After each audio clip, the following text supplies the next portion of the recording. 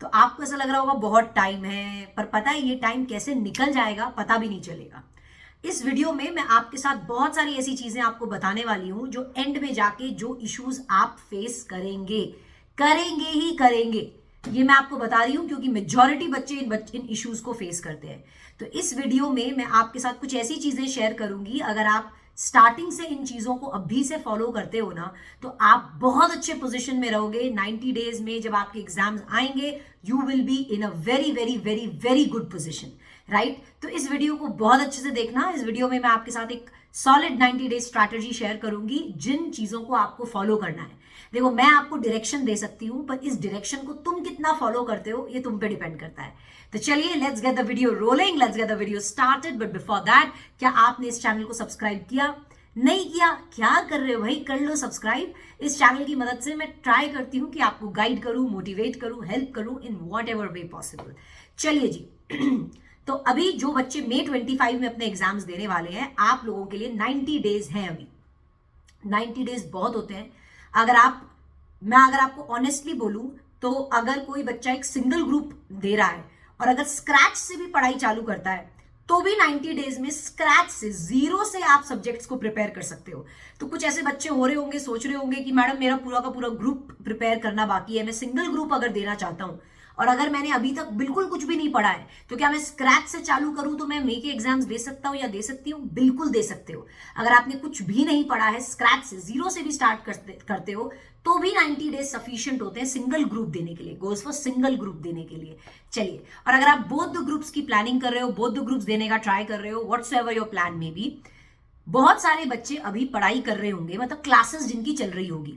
तो सबसे पहले मैं आपको बता दूं कि आपकी क्लासेस खत्म हो जानी चाहिए नेक्स्ट मंथ तक, दैट इज मार्च और अप्रैल। 2 महीने आपको क्या करना पड़ेगा? सेल्फ स्टडी करनी पड़ेगी। तो अभी मैं आपको बताऊं, फेब एंड तक आपके क्लासेस खत्म हो जानी चाहिए। मतलब क्लास लेने में ऑफ कोर्स पूरा पूरा दिन आपका लग जाता है, बहुत सारे बच्चे ग्रुप 2 के क्लासेस ले रहे होंगे, तो आपका फेब एंड तक टारगेट होना चाहिए कि क्लासेस खत्म हो जाए। अब जब फेब एंड में आपके क्लासेस खत्म होंगे तो आपको एक चीज और मेक श्योर करनी है, क्योंकि हो सकता है अभी आप ग्रुप 2 की प्रिपरेशन कर रहे होंगे, मोस्टली बच्चे ग्रुप 2 प्रिपेयर कर रहे होंगे।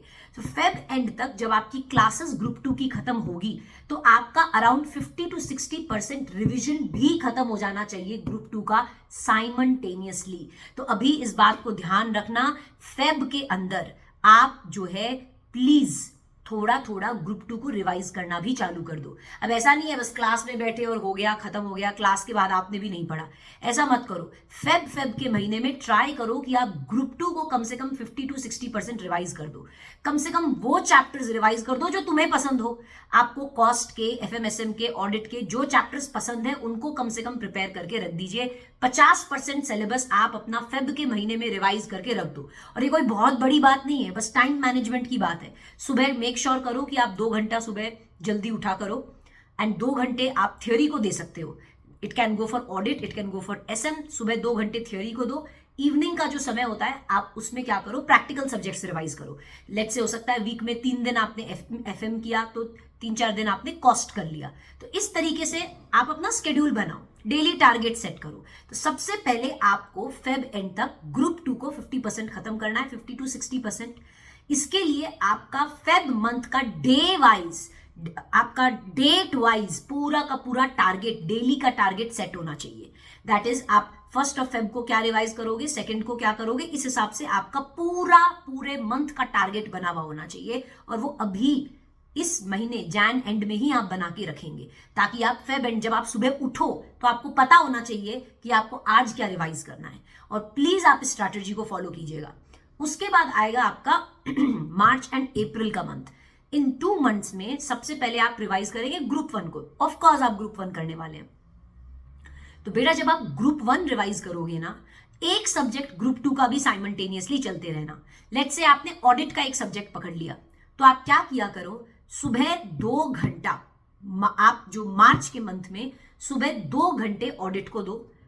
एंड फिर उसके बाद आपका मार्च का जो पूरा मंथ है आप ग्रुप 1 रिवाइज करो। एंड देन जब अप्रैल का मंथ आएगा तब आपको ऑलरेडी देखो आपका 50% G2 तो पढ़ा हुआ है, रिवाइज्ड है, तो अब आपको ऑलमोस्ट आपका जो बचा हुआ पार्ट है ग्रुप 2 का वो रिवाइज करना होगा। तो अब मैं सबको बता रही हूं, आपके पास सिर्फ 2 महीने रहेंगे रिवीजन के लिए। 2 महीने का जो टाइम होता है वो बहुत ही कम टाइम होता है, तो आपको इसी तरीके से स्ट्रैटेजाइज करना चाहिए। सबसे पहले फेब एंड तक 50% सिलेबस कंप्लीट। मार्च मंथ में जब आप ग्रुप 1 करेंगे, मेक श्योर आप G2 के भी एक सब्जेक्ट को कंप्लीट कर दें। It can be any subject, I am suggesting audit because theory है, हो जाएगा। तो आपका मार्च मंथ में जो है ऑडिट का सब्जेक्ट ग्रुप 1 के साथ रिवाइज हो जाना चाहिए। एंड अप्रैल के मंथ में आपके जो दूसरे 2 सब्जेक्ट्स होंगे जो कि ऑलरेडी 50% कवर्ड है, वो आप जो अप्रैल का मंथ होगा उसके फर्स्ट 15 डेज में 16 डेज में आप क्या करेंगे, ग्रुप 2 को रिवाइज करके रखेंगे, बाकी के 2 सब्जेक्ट्स को। तो इस तरह से आपका टाइम टेबल बनना होना चाहिए। और मैं आपको बोल रही हूं कंसिस्टेंसी अभी से बनाकर रखो। अभी आपको लग रहा होगा बहुत टाइम है, बहुत टाइम है, अरे टाइम नहीं है, एक एक दिन इंपॉर्टेंट है। तो अभी कंसिस्टेंटली आपको पढ़ना जरूरी है और आपके नेक्स्ट 1 महीने का क्या स्केड्यूल रहने वाला है उसका टारगेट भी आपका बना हुआ होना चाहिए। तो पहले तो आज बैठ के फरवरी का टारगेट बनाना एंड उसके बाद आगे अपना जो मार्च और अप्रैल का टारगेट्स है वो सेट करेंगे। इस तरीके से, ये तो मैंने आपको एक ब्रॉड व्यू बताया है। उसके बाद मैं आपको दूसरी चीज बताती हूँ, बच्चों को सबसे ज्यादा दिक्कत कहाँ होती है। थ्योरी में सबसे बड़ी दिक्कत होती है कि आपको चीजें याद नहीं रहती है, और बहुत सारे केसेस में हेडिंग्स याद होती है, कंटेंट याद नहीं होता है। दिक्कत होती है कि नहीं, मुझे कमेंट सेक्शन में बताना ये प्रॉब्लम। हेडिंग याद होती है, हेडिंग के अंदर क्या लिखना है, कंटेंट याद नहीं होता। क्योंकि क्या है, टीचर ने तो आपको एक मेमोरी टेक्निक दे दी, रेनबो, आर फॉर ये, ए फॉर ये, आई फॉर ये, एन फॉर ये। अब आपको रेनबो के हेडिंग्स तो याद है, उसके अंदर क्या लिखना है वो नहीं याद। सबसे बड़ी दिक्कत थियोरी में ये होती है। दूसरी सबसे बड़ी दिक्कत थियोरी में होती है, पॉइंट्स रिटेन नहीं होते हैं। तो रिटेन नहीं होते हैं तो उसके लिए मैं आपको बता रही हूं, आज से ही छोटे छोटे नोट्स बनाना स्टार्ट कर दें। चैप्टर के खुद समराइज नोट्स बनाना स्टार्ट कर दें। अगर आप ऑडिट मेरे से पढ़ रहे हो तो आपको पता होगा हम ऑडिट के हर एक चैप्टर के नोट्स बना लेते हैं। मैं आपको नोट्स बनाकर देती हूं ताकि आप रिवाइज कर सको। तो अगर आप ऑडिट मेरे से कर रहे हो तो आपको नोट्स बनाने आते होंगे, किस तरह से नोट्स बनाए जाते हैं। तो दूसरे सब्जेक्ट के नोट्स भी बना सकते हो। और अगर आप ऑडिट मेरे से नहीं कर रहे, फिर भी मैं आपको सजेस्ट करूंगी कि नोट्स बनाओ। क्या ये नोट्स आपके लिए बहुत हेल्पफुल रहेंगे एंड में रिवाइज करने के लिए, राइट। तो छोटा कंटेंट, हेडिंग, उसके साथ थोड़ा कंटेंट, उसके नोट्स अभी से बना के रखो। जो चैप्टर तुम पढ़ रहे हो उसके नोट्स बना के रखो। And question practice is going to be a very very very very big thing. देखो, चाहे कितने मर्जी तुम रिवाइज कर लो, अगर तुम क्वेश्चन अच्छे से अटेम्प्ट नहीं कर पा रहे हो ना तो प्रॉब्लम है। तो आप जैसे ही एक चैप्टर रिवाइज करते हो उसके क्वेश्चंस को भी साइमल्टेनियसली प्रैक्टिस करो।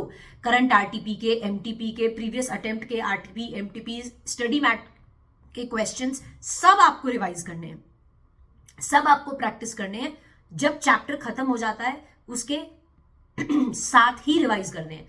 आप सोचते हो बाद में करेंगे, बाद में करेंगे, क्वेश्चन की प्रैक्टिस बाद में कर लेंगे, अगर नहीं, चाहे वो थ्योरी सब्जेक्ट हो चाहे वो प्रैक्टिकल सब्जेक्ट हो, साइमल्टेनियसली करोगे तो ही मिलेगा फायदा।